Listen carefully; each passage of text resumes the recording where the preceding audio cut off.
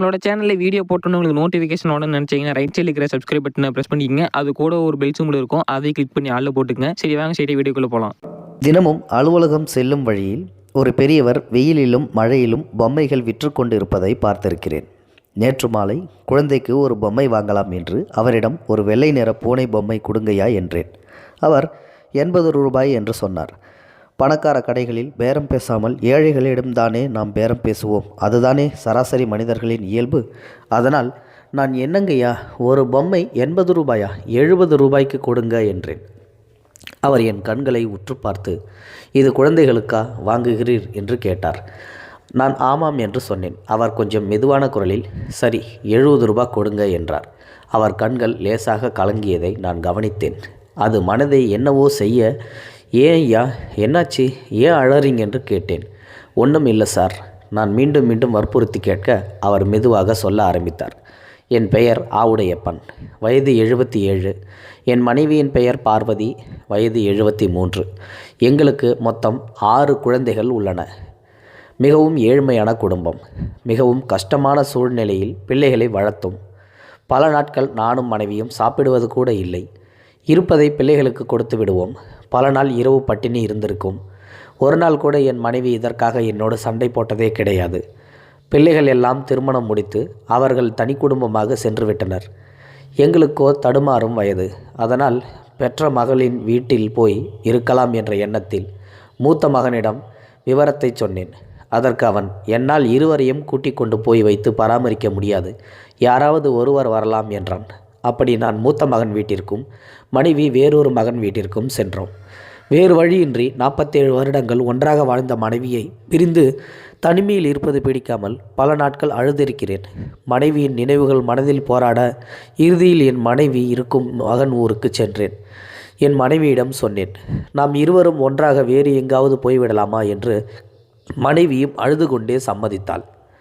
மகன்கள் வீட்டிலிருந்து நாங்கள் வெளியே வந்து 1 வருடம் ஆகிறது. பிழைப்புக்காக நான் குழந்தைகளின் பொம்மைகளை நடந்து சென்று விற்கிறேன். தினமும் 80 ரூபாய் முதல் 100 வரை லாபம் கிடைக்கும். இதை வைத்து கொண்டு ஜீவனாம்சம் செய்து கொண்டுள்ளோம். இப்போது எனக்கு வயசு 77. எப்போது வேண்டுமானாலும் நான் இறந்து போகலாம். வரும் 100 ரூபாய் வருமானத்தில் கொஞ்சம் மிச்சம் பிடித்து சேமிக்கிறேன். அது எங்கள் மரண செலவிற்கு, என் பிள்ளைகளுக்கு அந்த செலவு தொந்தரவு கூட வேண்டாம் என அதை என் மனைவியிடம் கொடுத்து வைக்கிறேன். ஒரு நாள், இந்த பணம் எதற்கு சேமிக்கிறீர்கள் என்று என் மனைவி கேட்டாள். நம் மரணச் செலவிற்கு என்றேன். சத்தமாக கத்தி அழுத ஆரம்பித்து விட்டாள். இப்போது என் மனைவியின் பிரார்த்தனை, என் கணவர் மரணிக்கும் அதே நேரத்தில் எனக்கும் மரணத்தை கொடுத்துவிடு கடவுளே என்று. என் பிரார்த்தனையும் அதுவேதான் என்று அவர் சொல்லவும் இதை கேட்டுக்கொண்டிருந்த நான் மனதால் நொறுங்கி போனேன். நீங்கள் இங்கே இருப்பது உங்கள் பிள்ளைகளுக்கு தெரியுமா என்று கேட்டேன். அவர்களுக்கு தெரியாது என்றார். எனக்கு மனம் கரைந்து போனது. சாதாரண மக்களிடம்தான் எத்தனை வழிகள் மனதில் புதைந்திருக்கின்றன. சின்ன சின்ன வியாபாரிகளிடமும் பழக்கடைக்காரர்களிடமும் பேரம் பேசாமல் அவர்களின் வாழ்வாதாரத்திற்கு நம்மால் முடிந்த அளவு உதவி செய்ய வேண்டும் என்ற படிப்பினையை நாம் இம்முதியவரிடம் உரையாடியதன் மூலம் தெரிந்து கொண்டோம். கண் கலங்கியதால் பகிரவும், தவறை குறைப்போம். இந்த பதிவிலிருந்து நம்ம ஒன்று மட்டும் தெரிஞ்சுக்கிட்டோம். அந்த பெரியவர் ரொம்ப பாவம். இந்த வயசான காலத்துலேயும் 77 வயசில் பொம்மையை விற்று வயிற்ற கழுவணுன்ற அவல நிலைக்கு தள்ளப்பட்டிருக்காரு. அதுவும் 6 பிள்ளைங்களை பெற்றோம். அவங்கவுங்க குடும்பத்தோடு இருக்காங்க. அப்பா அம்மா என்ன பாவம் செஞ்சாங்க? பிள்ளைங்களை பெற்றது அவங்களோட பாவமா? அவங்கள வளர்த்து ஆளாக்கி ஒரு பெரிய நிலைமைக்கு கொண்டு வந்ததும் அவங்களோட பாவமா? கடைசி காலத்தில் அப்பா அம்மாவை கவனிக்காத ஒரு புள்ளையே கிடையாது. அப்படி என்ன பொண்டாட்டி பிள்ளைங்களை விட்டுட்டு இவங்க கூட வந்து இருக்கணும்னு நான் சொல்ல வரோம். ஆக மொத்தம் எல்லோரும் ஜாயின்ட் ஃபேமிலியாக ஒன்றா இருக்கிறது தானே சொல்ல வருது.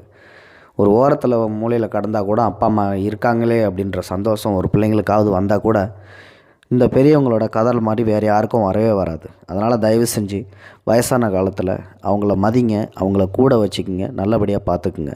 இந்த வீடியோ பற்றின கருத்துக்களை மறக்காமல் உங்களோட கமெண்ட் பாக்ஸில் சொல்லுங்கள். இந்த வீடியோ பிடிச்சிருந்தால் லைக் பண்ணுங்கள், ஷேர் பண்ணுங்கள். தேங்க்ஸ் ஃபார் வாட்சிங்.